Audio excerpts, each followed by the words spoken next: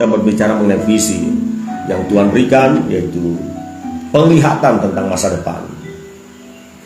Tuhan mau kita jadi seperti apa, atau Tuhan mau kita kerjakan apa di masa depan, itu visi. Visi bisa datang lewat mimpi, visi bisa datang lewat penglihatan ketika kita dalam keadaan sadar. Visi, penglihatan bisa datang di dalam batin kita. Allah berbicara kuat di dalam batin hati kita, dan kita tahu Allah sedang berbicara tentang sesuatu yang akan terjadi di masa depan. Kalau itu terus berulang-ulang Tuhan berbicara ke dalam hati kita, kita tahu bahwa something will happen in the future. Sesuatu akan terjadi di masa depan. Visi bisa datang ketika kita pergi ke satu tempat, melihat sebuah kota, sebuah daerah, atau melihat sebuah komunitas. Lalu Allah berbicara ke dalam hati kita untuk melayani mereka di masa yang akan datang. Ini visi untuk pelayanan tentang kelompok orang atau sebuah daerah atau mungkin sebuah suku. Tuhan taruh dalam hati seseorang, merupakan visi untuk dilayani di masa yang akan datang.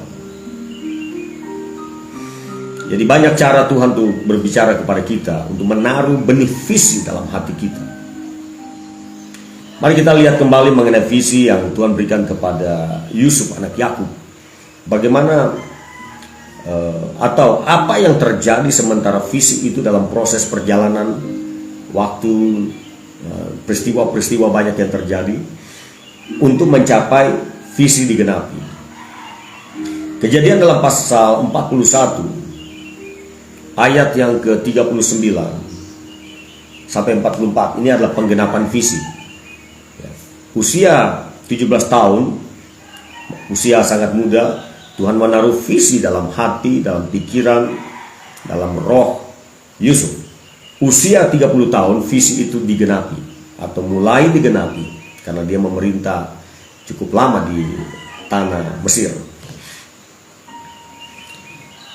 Kata Firaun kepada Yusuf, oleh karena Allah telah memberitahukan semuanya ini kepadamu, tidaklah ada orang yang demikian berakal budi dan bijaksana seperti engkau. Engkaulah yang menjadi kuasa atas istanaku, dan kepada perintahmu seluruh rakyatku akan taat.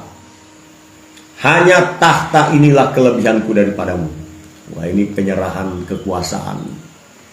Jadi seluruh otoritas diberikan kepada Yusuf untuk mengelola kerajaan Mesir. Dan Firaun katakan, tempat saya duduk ini, tahta ini, itu saja kelebihan saya. Jadi dia betul-betul percaya menyerahkan segala sesuatu di dalam kendali kuasa Yusuf. Ini kuasa yang sangat besar, dan ini terjadi tiba-tiba oleh karena Allah memang bekerja di dalam hati Firaun. Selanjutnya Firaun berkata kepada Yusuf, dengan ini aku melantik engkau menjadi kuasa atas seluruh tanah Mesir. Sesudah itu Firaun menanggalkan cincin materainya dari jarinya dan mengenakannya pada jari Yusuf. Dipakaikannya lah kepada Yusuf pakaian daripada kain halus dan digantungkannya kalung emas pada lehernya. Ini lambang-lambang daripada otoritas, ya, cincin untuk memeterai sebuah keputusan. Dan kemudian lalu Firaun menyuruh menaikkan Yusuf dalam keretanya yang kedua, dan berserulah orang di hadapan Yusuf, hormat. Demikianlah Yusuf dilantik oleh Firaun menjadi kuasa atas seluruh tanah Mesir. Berkatalah Firaun kepada Yusuf, akulah Firaun, tetapi dengan tidak setahumu seorang pun tidak boleh bergerak di seluruh tanah Mesir. Wah, powerful. Kemudian ayat 46, Yusuf berumur 30 tahun ketika ia menghadap Firaun raja Mesir itu.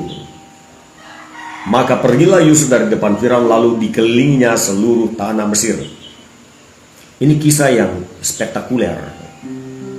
Ini kisah yang sangat hebat. Seorang nabi tiba-tiba masuk istana dan tiba-tiba diberikan seluruh kekuasaan untuk mengelola, memerintah kerajaan Mesir. Pada masa itu kerajaan Mesir adalah negara superpower yang menguasai banyak bangsa-bangsa lain. Nah, saudara bisa bayangkan kekuasaan yang diberikan itu sangatlah besar. Tetapi yang perlu kita ingat di sini bahwa semua itu ada dalam rencana Tuhan. Tuhan sudah kasih tahu, beritahu pada waktu dia usia 17 tahun. Usia 30 tahun digenapi. Tetapi ada satu hal tentang visi. Kalau Allah memberikan saudara visi, memberikan saya visi, bukan berarti jalan hidup kita akan gampangan atau jalan tol istilahnya. Pada prinsipnya semua orang yang diberikan visi, mereka akan hidup seperti manusia yang lainnya. Mereka akan berhadapan dengan masalah, mereka akan berhadapan dengan kesulitan. Mungkin ada aniaya, ada bully. Seperti Yusuf, usia 17 tahun Tuhan memberikan dia visi, penglihatan tentang masa depan, bahwa dia akan memerintah, dia akan jadi orang besar. Tetapi jalan hidupnya saudara perhatikan, itu banyak yang menyedihkan, banyak yang menyakitkan. Dia dibenci oleh saudara-saudaranya. Nah, ini pelajaran penting. Kalau Allah memberikan saudara visi, belum tentu semua orang menyukai saudara. Nah, ini dia. Ambil contoh Yusuf, ambil contoh Musa. Musa diberikan visi luar biasa tentang orang Israel akan masuk ke Kanaan, walaupun berhadapan dengan banyak pemberontak. Tapi coba saudara lihat, ratusan ribu orang Israel yang dia pimpin itu memberontak kepada Tuhan dan kepada Musa, tidak menyukai Musa. Yusuf diberikan visi hebat, tapi tetap juga saudara-saudara orang terdekat dia lah yang menjadi musuhnya, yang memusuhi dia. 10 saudaranya membenci dia. Bahkan bukan hanya membenci, mewujudkan kebencian itu dengan cara mau membunuh dia, taruh di dalam lubang sumur yang kering. Kemudian mereka berubah pikiran. Mereka pikir daripada mati sia-sia, ini ada pedagang lewat, kalau kita bisnis, kita dagangkan Yusuf, kita masih dapat uang. Dan kalau Yusuf dibawa ke negara lain, dijadikan budak, berarti mimpinya tidak akan digenapi, visinya tidak akan digenapi. Mereka ingin mematikan visi daripada Yusuf. Saudara lihat kesulitan yang dihadapi oleh Yusuf. Orang yang punya visi tidak berarti hidupnya nyaman terus, tidak. Ada kemungkinan dia mengalami penderitaan-penderitaan yang hebat, saudara. Seperti Yusuf ini penderitaan hebat. Dia berteriak di dalam sumur itu, menangis ketakutan, lalu dia dikeluarkan, lalu ternyata dia dijual.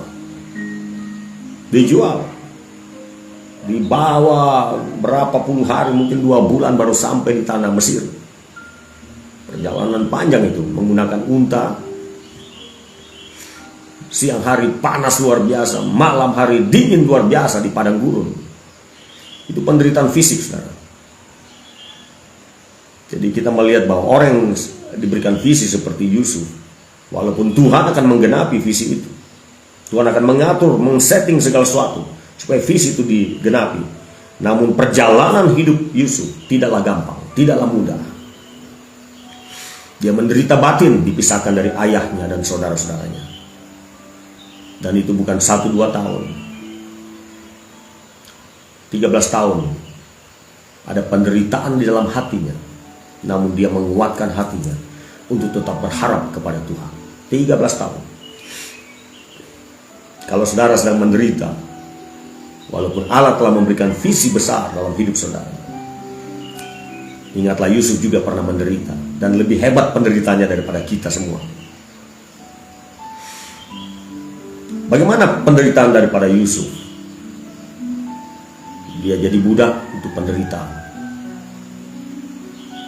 Namun ketika kredibilitasnya diakui, cara kerjanya hebat, excellent, dia jadi kepala para budak di rumah Potifar. Dan satu lagi masalah datang, yaitu difitnah oleh istri Potifar. Masuk penjara. Waduh, itu sakit. Saudara yang pernah difitnah mengerti yang namanya sakit karena difitnah. Sakitnya itu di sini. Jadi saudara lihat, orang yang punya visi bisa kena fitnah, bisa dijual, bisa dibully. Terjadi dengan Yusuf. Tapi ketika dia dalam penjara, dia tetap memiliki mental pemenang. Dia seorang napi dengan mental leadership yang sangat kuat. Dia jadi orang kepercayaan penjaga, kepala penjaga para nabi dari kerajaan. Orang-orang berpangkat yang di penjara tersebut, di mana Yusuf juga diletakkan di situ. Yusuf jadi asisten satu kepala penjara. Jadi percaya. Kenapa? Karena leadershipnya, kepemimpinannya. Karena attitude, sikapnya excellent, unggul. Jadi walaupun dia ada di penjara, situasi penjara tidak mematikan keunggulan dia. Nah ini orang-orang yang punya visi, orang-orang yang berkarakter hebat. Mereka itu tidak dipengaruhi oleh lingkungan, situasi. Lingkungan bisa begitu buruk, tapi hati mereka tetap kuat dan mereka tetap menunjukkan keunggulan mereka. Itu Yusuf. Nah kita belajar dari Yusuf. Jadi orang yang punya visi, bisa saja dia menderita. Bisa saja menderita. Dan saya juga, saudara juga sudah merasakan itu. Terutama para leaders di gereja, para pemimpin gereja. Hidup saudara pernah menderita walaupun melayani Tuhan. Melayani jemaat Tuhan. Pernah menderita juga.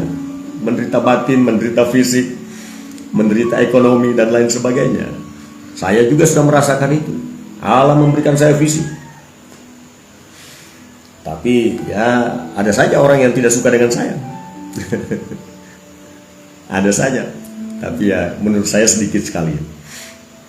Kemudian Allah memberikan saya visi. Saya juga pernah sakit, namun saya menang atas penyakit. Kemudian Allah telah memberikan saya visi, tapi saya berhadapan dengan masalah-masalah yang sebenarnya cukup besar. Masalahnya orang, masalah dalam kehidupan saya hadapi semua itu satu persatu. Saya tidak mau ketika saya ada dalam masalah, lalu masalah itu mengecilkan hidup saya, menghilangkan keunggulan hidup saya. Saya harus tetap kuat seperti Yusuf. Tunjukkan keunggulan kita di tengah situasi sulit. Leadership kita harus tetap kuat. Hati kita harus tetap kuat seperti kata Tuhan kepada Yosua. Be strong and courageous ya. Jadilah kuat dan berani, teguh, tabah menghadapi masalah yang akan kau hadapi. Walaupun Allah telah berjanji kepada Yosua, tanah Kanaan akan kamu miliki. Kamu akan duduki tanah Kanaan yang berlimpah susu dan madu. Tetapi lewat pertempuran. Nah, ini dia, lewat pertempuran. Itu resikonya mati juga. Dalam peperangan resikonya mati. Tetapi Tuhan berjanji, Tuhan menyertai, Tuhan akan memberikan kemenangan. Tuhan katakan tidak Yosua, tidak seorang pun bisa mengalahkan kamu. Sama seperti aku menyertai Musa, aku menyertai kamu juga. Nah, orang yang punya visi dapat janji Tuhan, ya. Dia pegang janji Tuhan bahwa Allah menyertai saya sekalipun ada kesulitan, ada kesukaran, ada bahaya di depan saya. Demikianlah kita juga. Ketika Allah memberikan kita visi, bukan berarti jalan hidup kita langsung mulus-mulus. Tidak. Saya punya pengalaman, Bapak Ibu punya pengalaman. Tidak ada barang murah dalam hidup ini. Ada harga yang harus dibayar. Itu dia. Jadi Yusuf punya visi dari Tuhan, dan visi itu digenapi. Namun dalam perjalanan 13 tahun sampai visi itu digenapi, 13 tahun itu ada penderitaan. Nomor satu, penderitaan batin, mengingat saudara-saudaranya, mengingat ayahnya. Itu kesedihan yang tidak ada obatnya. Tapi dia menguatkan hatinya. Dia tetap berharap kepada Tuhan. Dia masih berdoa, Tuhan, aku masih ingin ketemu ayahku. Aku masih ingin ketemu saudara-saudaraku. Aku mengampuni mereka yang membenci aku. Itu doanya. Sudah pasti itu doanya. Dia sudah mengampuni saudara-saudaranya. Dan ketika Allah mengangkat dia, dia lebih-lebih lagi memastikan bahwa dia mengampuni saudara-saudaranya. Karena apa? Dia sempat katakan kepada saudara-saudaranya, kamu mereka-rekakan hal yang jahat untuk saya. Tapi sebenarnya Tuhan sudah mengatur supaya saya lebih dulu sampai di Mesir, supaya saya bisa memelihara engkau dan keturunanmu. Jadi dia mengerti rencana Tuhan. Bahwa lewat kebencian saudara-saudaranya, lewat saudara-saudaranya menjual dia, itulah cara Tuhan membawa dia ke Mesir. Jadi di satu sisi kita bisa bersyukur saudara kalau ada orang benci kepada kita, tidak suka kepada kita, atau fitnah kita. Itu Tuhan pakai untuk membawa kita kepada penggenapan visi Tuhan. Ya. Tuhan pakai semua yang jelek-jelek itu untuk bawa saudara kepada penggenapan rencana Allah dalam hidup saudara. Tapi biasanya itu baru dimengerti ketika sudah terjadi.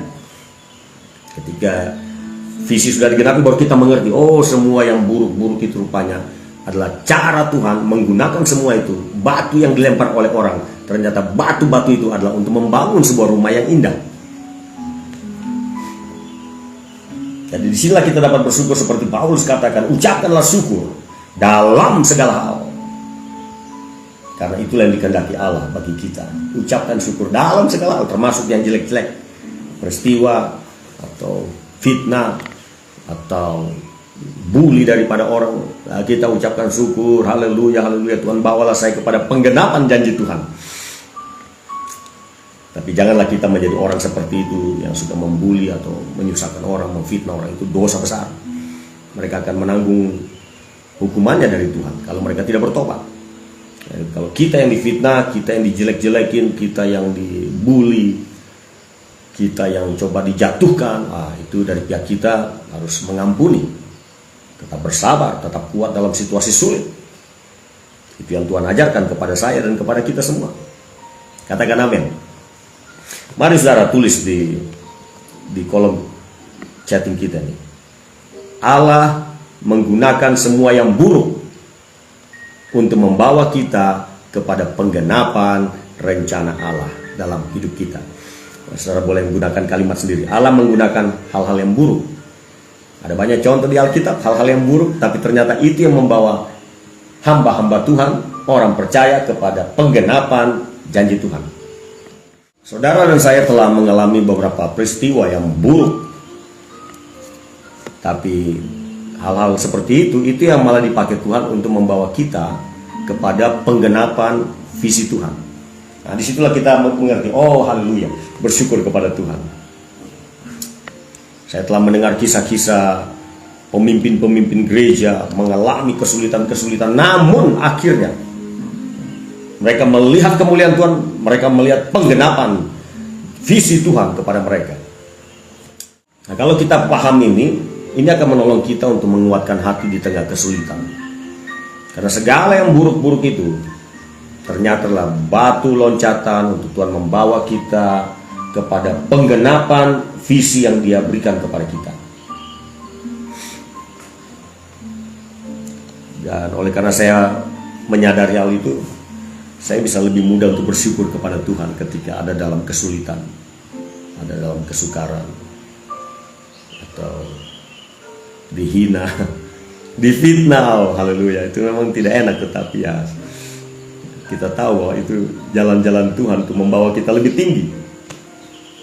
Diperlukan angin yang deras untuk membawa seekor burung raja wali naik lebih tinggi. Demikian juga kehidupan ini ada waktunya Tuhan mengizinkan kesukaran itu datang untuk membawa saudara dan saya lebih tinggi. Haleluya, kemuliaan bagi Tuhan. Amin.